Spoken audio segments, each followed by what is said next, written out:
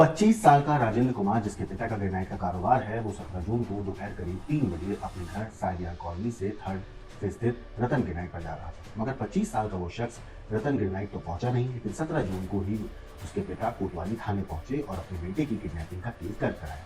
क्योंकि राजेंद्र के पिता को व्हाट्सएप पर एक मैसेज आया और कॉल भी आया, और जो कॉल और मैसेज किया गया था वो उनके बेटे के फोन से ही किया गया था। कॉल करने वाले शख्स ने कहा कि उनके बेटे का किडनैप हो गया है और फिरौती की उसने मांग भी करी। अब फिरौती के नाम पर उस किडनैपर ने राजेंद्र के पिता से कहा कि 6 लाख रुपए और ग्रेनाइट की घिसाई के लिए बनने वाली भट्टी या फिर एक तरह का जो ब्लॉक होता है उसका फॉर्मूला दो। मगर यहीं पर फिरौती मांगने वाले ने सबसे बड़ी गलती भी कर दी। वैसे इस केस की जब सच्चाई पुलिस को पता चली तो पुलिस और राजेंद्र का जो परिवार था उन्होंने अपना सिर पकड़ लिया, क्योंकि इस कहानी में जो ट्विस्ट था वो ये था कि जिस शख्स की किडनैपिंग की बात सामने आ रही थी कि जिसकी किडनैपिंग हुई है, वही शख्स जो है इस पूरी किडनैपिंग का मास्टरमाइंड भी है, और उसने अपने पिता से पैसे लेने के लिए झूठ बोला है। इसके बाद रतन लोहार के पास शाम करीब 5:30 बजे के आसपास एक धमकी भरा मैसेज आया। उस मैसेज में लिखा था कि बेटे को जिंदा देखना चाहते हो तो 6 लाख कैश और ग्रेनाइट पत्थर में चमक लाने के लिए बनाई जाने वाली भट्टी का फॉर्मूला लिखकर बताए हुए पते पर आ जाओ। रतन लाल ने किडनैपिंग और फिरौती का पुलिस में केस दर्ज करवाया। इसके बाद ये मामला सामने आया कि व्यापारी के बेटे राजेंद्र ने खुद ही अपने अपहरण की ये पूरी झूठी कहानी बनाई थी। इसके बाद गुरुवार को शाम तकरीबन 4:15 बजे के आसपास देसूरी रणकपुर के बीच में पुलिस ने उस बेटे को पकड़ लिया।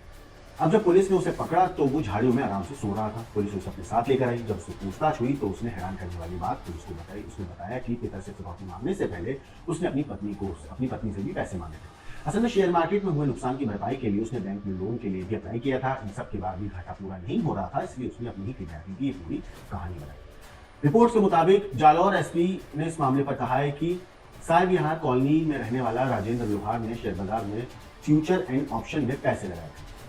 पिछले 6 महीने में यानी कि दिसंबर 2023 से जून 2024 तक उसने शेयर मार्केट में तकरीबन 10,50,000 रुपए का नुकसान झेल चुका था। वो घाटा जो हुआ था उसे।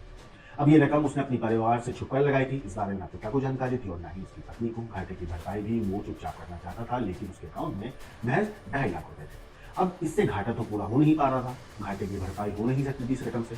ऐसे में उसने अपनी पत्नी से फोन पर चैट करी, और पत्नी जो है उसकी प्रेग्नेंट है, अपने मायके में है। उसने अपनी पत्नी से कहा कि 5 लाख रुपए मुझे चाहिए। पत्नी ने जब कारण पूछा तो उसने नहीं बताया। राजेंद्र ने बोला अपनी पत्नी से कि पापा से लो या कहीं से भी लो, लेकिन मुझे पैसे चाहिए।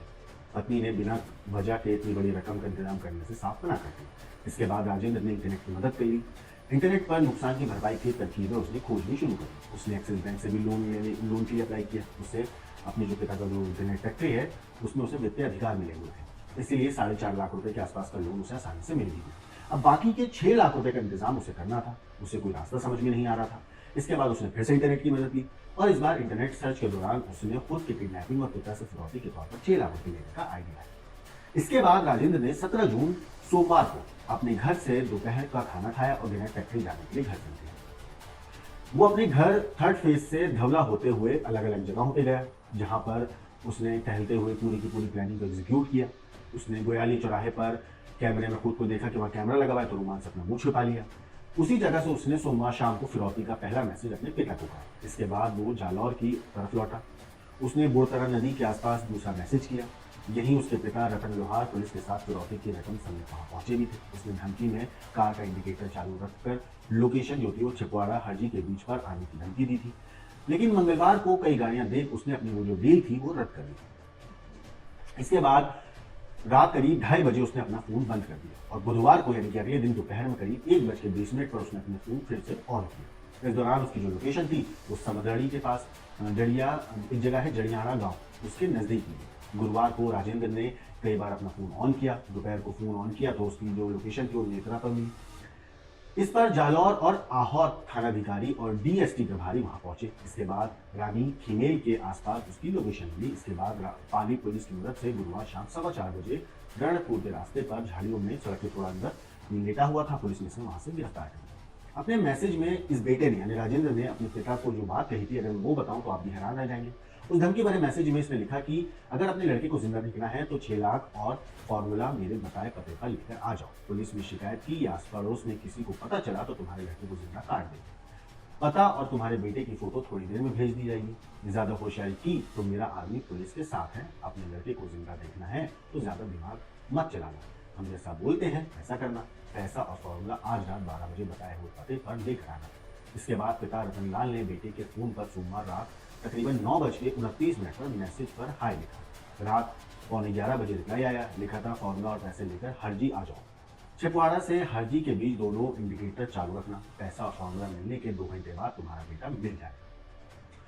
होशियारी की तो तुमको पता है कि क्या होगा। दिमाग से काम लेना, अकेले आना और पुलिस बीच में आई तो तुम्हारा लड़का गया समझो। पैसे देने के बाद तुम्हारा बेटा बियानगढ़ रोड पर मिलेगा। रतनलाल के फोन पर आए धमकी भरे मैसेज में एक चीज समझ नहीं आ रही थी पुलिस को। वो ये थी कि किडनैपर ने 6 लाख के अलावा ग्रेनाइट को चमकाने के लिए इस्तेमाल होने वाली भट्टी के फॉर्मूले की डिमांड आखिर क्यों करी, उसे फॉर्मूले की क्या जरूरत पड़ गई। अब इस बात पर शक हुआ कि इस पूरे मामले में सिर्फ ये जो भट्टी की बात है, राजेंद्र खुद जो है एक्सपर्ट था। ग्रेनाइट का काम समझने वाले ही भट्टी के फॉर्मूले की बात कर सकते हैं। सामान्य किडनैपर्स को फॉर्मूले से कोई मतलब तो हो नहीं सकता है। अब पुलिस को ऐसे में शक की सुई जो थी पुलिस की वो राजेंद्र की तरफ है। इसके बाद राजेंद्र की तलाश में लगी सभी 10 टीमों के सदस्यों को दोबारा से रिब्रीफिंग की हुई। परिवार रिश्तेदारों पर कड़ी नजर रखने को कहा गया। राजेंद्र का बैकग्राउंड पता लगाने पर फोकस किया गया। उसके खिलाफ किसी भी थाने में आपराधिक रिकॉर्ड दर्ज नहीं था।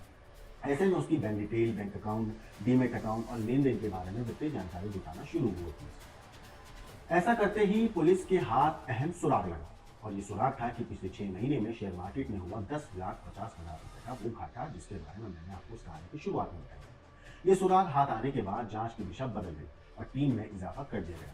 इस घाटे के बारे में ना तो राजेंद्र के पिता को जानकारी थी और ना ही उसकी पत्नी को। पुलिस ने एक तरफ राजेंद्र की तलाश जारी रखी थी तो दूसरी तरफ उसके परिवार, लेन देन और बिजनेस को लेकर सर्च जारी रखा। पुलिस ने राजेंद्र की तलाश में सबसे बड़ी जो पुलिस को बाधा आ रही थी वो था उसका मोबाइल आईफोन, क्योंकि आईफोन को ट्रेस करने में पुलिस को दिक्कत का सामना करना पड़ रहा था। वो खुद के फोन से लगातार मैसेज कॉल कर रहा था। उसने पहले मैसेज पचपदरा से किया, फिर सिरोही से किया, फिर हरजी से किया और इसके बाद पाली के रानी से किया।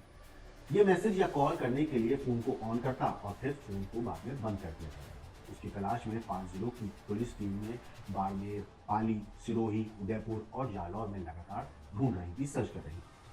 वो पचपदरा से रवाना हुआ तो पुलिस की टीमों ने इनपुट शेयर कर दिया। सूचना मिली कि वो बाइक पर अकेला निकला है। इसके बाद पाली पुलिस टीम की मदद से राजेंद्र के आगे का मूवमेंट मिला। आखिरकार 20 जून को गुरुवार शाम तकरीबन 4:15 बजे उसे सारड़ी पाली के पास से पकड़ने में पुलिस को सफलता हासिल हुई। अब सोचिए कि एक बेटे ने, जो एक बड़े अच्छे घर का कारोबारी घर का बेटा है, जिसके बाप का एक बहुत बड़ा अच्छा खासा बिजनेस है, उस बेटे ने अपने पिता से पैसे निकालने के लिए एक पूरी की पूरी साजिश रची। इस कहानी के तहत उसने अपना किडनैपिंग किया महज 6 लाख रुपए के लिए। अगर वो थोड़ी सी हिम्मत करके अपने पिता को बता देता कि उसे 6 लाख रुपए चाहिए, क्यों चाहिए, हो सकता है उस वक्त उसके पिता नाराज होते, उसको डांटते, फटकारते।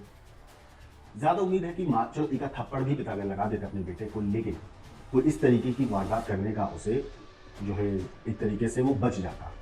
अभी उसने 6 लाख रुपए के लिए एक आपराधिक काम किया, अपनी फिरौती, अपनी किडनैपिंग का एक झूठी कहानी बताई। पुलिस की टीम है, पुलिस की पूरी मेहनत लगवाई, पूरा एक काम किया और उसके बाद आखिरकार अब वो ना चाहते हुए भी अपराधियों की श्रेणी में आ चुका है। ना सिर्फ अपराधियों की श्रेणी में आ चुका है, बल्कि जो उसके पिता के जानकार होंगे, जो जानने वाले होंगे, उनको भी पता चल गया होगा कि इनके घर में इतनी बड़ी वारदात हुई और उस पूरी वारदात के पीछे जो मास्टरमाइंड था वो खुद उनका अपना बेटा था। अगर पिता से थोड़ी हिम्मत करके बोल देता तो शायद वो इन 6 लाख रुपए का इंतजाम कर भी लेता, शायद पिता उसकी मदद भी कर देते और उसे इन सब चीज़ों का सामना करना भी नहीं पड़ता। और सबसे बड़ी बात, जिसकी पत्नी हो प्रेग्नेंट है। ज़रा सोचिए कि एक महिला जो गर्भवती है उसको इस हालत में अपने पति की ऐसी करतूत के बारे में पता चलेगा तो उसके ऊपर क्या गुजरेगी। फिलहाल पुलिस इस मामले में तफ्तीश कर रही है और चीज़ें पता करने की कोशिश कर रही है कि इस चीज़ में, इस वारदात में, इस प्लानिंग में इसका किसी ने साथ दिया, नहीं दिया, चाहे अकेले था। इस केस में अगर कोई अपडेट आएगी तो हम आपको जरूर बताएंगे। बाकी इस बेटे की जो ये कहानी है, जिसने अपनी पूरी किडनैपिंग की फर्जी कहानी गढ़ी, फर्जी कहानी रची, पुलिस को परेशान किया, पिता को परेशान किया, अपनी प्रेग्नेंट पत्नी को परेशान किया, इस शख्स राजेंद्र के ऊपर आपका क्या कहना है, क्या सोचना है, हम